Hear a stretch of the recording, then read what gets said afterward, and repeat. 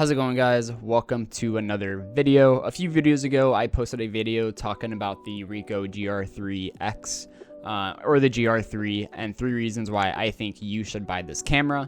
This video, I'm going to do the opposite. So if you've watched any of my recent videos, you will know that I do love this camera, but there are some glaring issues or things that this camera is missing that for some people might be make or break deals. So I'm going to tell you several reasons why I think you should not buy this camera. Essentially, who do I think this camera is not for? So if you're interested in buying this camera or you're thinking about it, definitely watch the rest of this video because I give some insights on, things this camera is missing and some things that might be make or break for you or others. Before I say point number one, I just want to say make sure you comment, like, and subscribe on the video. I appreciate all the recent support and uptick in views that I've been seeing and subscribers, and we are pushing to 1,000 subscribers this year. That is my goal. So if you're new here and you haven't subscribed, please do so if you enjoy the video. But point number one is kind of a big deal to a lot of people. To me, I haven't experienced any issues with so far. But this camera is not weather sealed, and more specifically, it's not dust sealed. And so, I understand this camera not being weather sealed, and it's one of those things that if it's raining outside, if it's snowing, or you're scared about the weather, don't take this camera with you.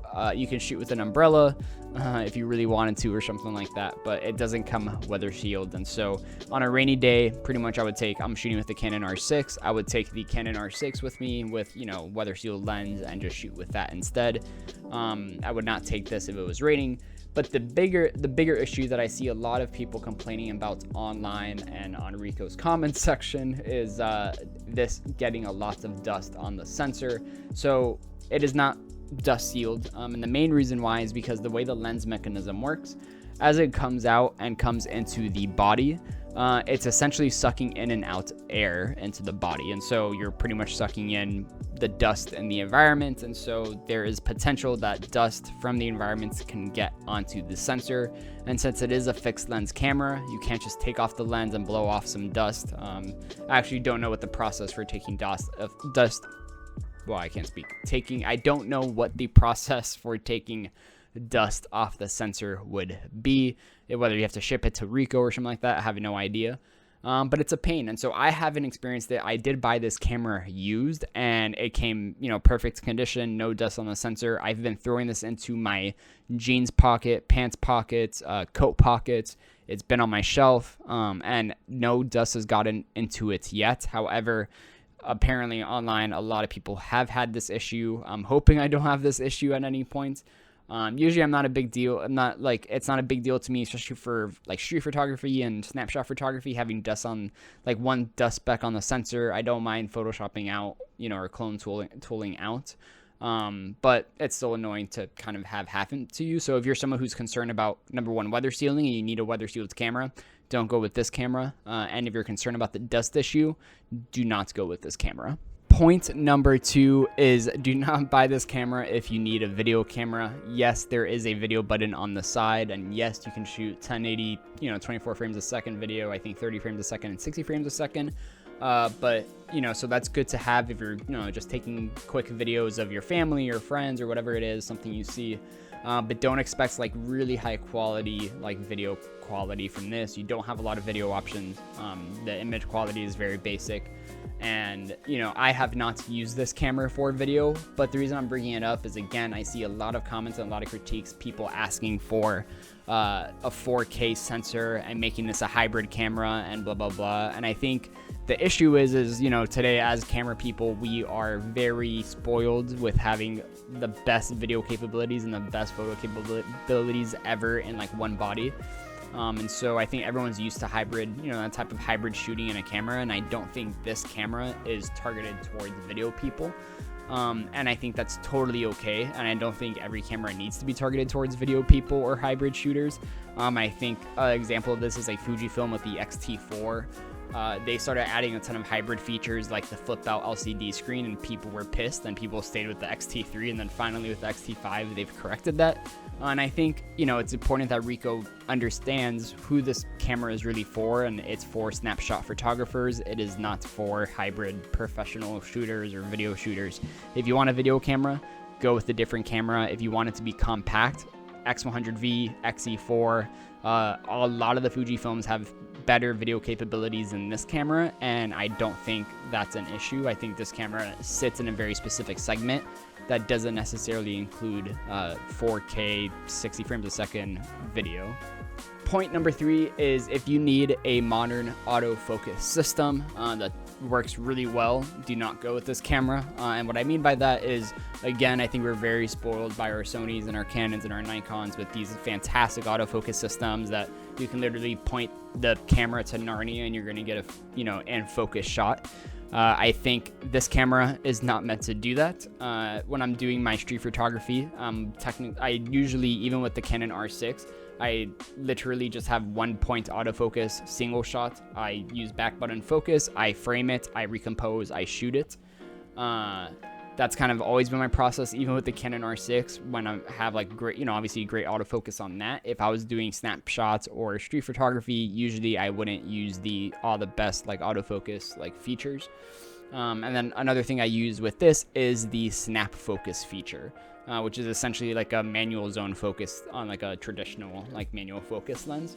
But what I'm trying to say is that if you rely heavily on autofocus systems, or you like having autofocus systems that work really, really well without any issues and track your subject super easily where you have to do zero work, if that's going to be a concern to you and you're not going to enjoy not having that luxury, this is not the camera for you. So definitely think twice before buying this one. The 4th point is a funny one to me, and my answer before I even tell you the point is NO period. I see a lot of people online giving this critique, and I disagree with it. This is probably the one I disagree with the most in this list, but if you want a full frame camera, do not get this camera. Obviously, it's an APS-C camera, but beyond that, people are always asking Ricoh to, make a GR4 full frame, and I disagree so heavily with that. I would be very impressed if Ricoh could keep the size and price of this camera and the functionality of this camera while putting a full frame sensor into this body. I don't think that would happen. I don't think that would be very feasible, and if they did do that, it would be very expensive. You don't need full frame sensor. If you want a full frame sensor, don't buy this camera. This isn't a camera to, shoot in the studio for your professional portraits. This isn't for your vast landscape photography. This isn't for really, high quality, blowing up a print the size of a wall type of photo work. This is a snapshot photography camera. This is a street photography camera. Kind of. It's really just a snapshot photography camera that you can use in any situation, but it's not going to be like the best at any of those one situations, in my opinion. And I think the APS-C sensor is versatile and good enough that that's exactly what you want in a camera this size. If you want a full frame camera, buy a Sony, buy a Canon, buy an R6, an R5, whatever it is. Don't buy a GR3. Simple as that. Point number 5, this one is an interesting one, but if you want a viewfinder or need a viewfinder, don't buy this camera. That was one of my biggest concerns when I was purchasing this camera, because I am a viewfinder lover. Even with my Canon that has a fantastic LCD screen, 90% of the time when I'm shooting photos, I'm shooting through the viewfinder because I just like the experience of that a lot more. And obviously there's no viewfinder on this, and shooting on the back of the LCD screen only took a lot of practice for me. Several thousand shots before I finally felt like comfortable with it. And I've said this in one of my reviews, I actually love it. I feel very connected to my environment when I'm shooting on the back LCD screen. However, if you're someone like me who is very used to shooting with the viewfinder and you don't think you can adapt to shooting with that one, don't buy this camera. Buy an X100V, XE4, Q2, whatever it is. They do obviously sell the top mounted like external viewfinder. You can do that. I haven't used it, so I really can't say much about it. I've heard 50-50 things about it. I think it takes away from the experience of the Ricoh anyways. But for the most part, if you need a viewfinder, don't buy this camera. Point number 6 is actually the critique that I see online that I probably agree with the most. But if you need flash, don't buy this camera because there is no built-in flash. I believe the GR2 did have built-in flash. And I'm kind of really interested in why I never looked it up, but I'm interested in why they took out the built-in flash. Maybe there isn't space to put it on the camera, but I feel like they should have created space, just because in my head, as a snapshot photography camera for like everyday life, I think it's very nice having a built-in flash for when you're at home in the dark. You want to take a photo of your dog while you're watching TV or something like that with the lights off. I don't know. Point the camera, automatic flash turns on, and you're good to go. Obviously, you can buy an external flash that works really well with this camera. There's several options, and I've seen great work done with those. But I think, to kind of put everything in this pocketable size, a built-in flash would definitely have been nice. But if you're somebody who needs that, I personally don't necessarily need it. I just kind of understand why people say that. If you're one of those people who needs a built-in flash for their snapshot photography for whatever reason, definitely don't buy this camera.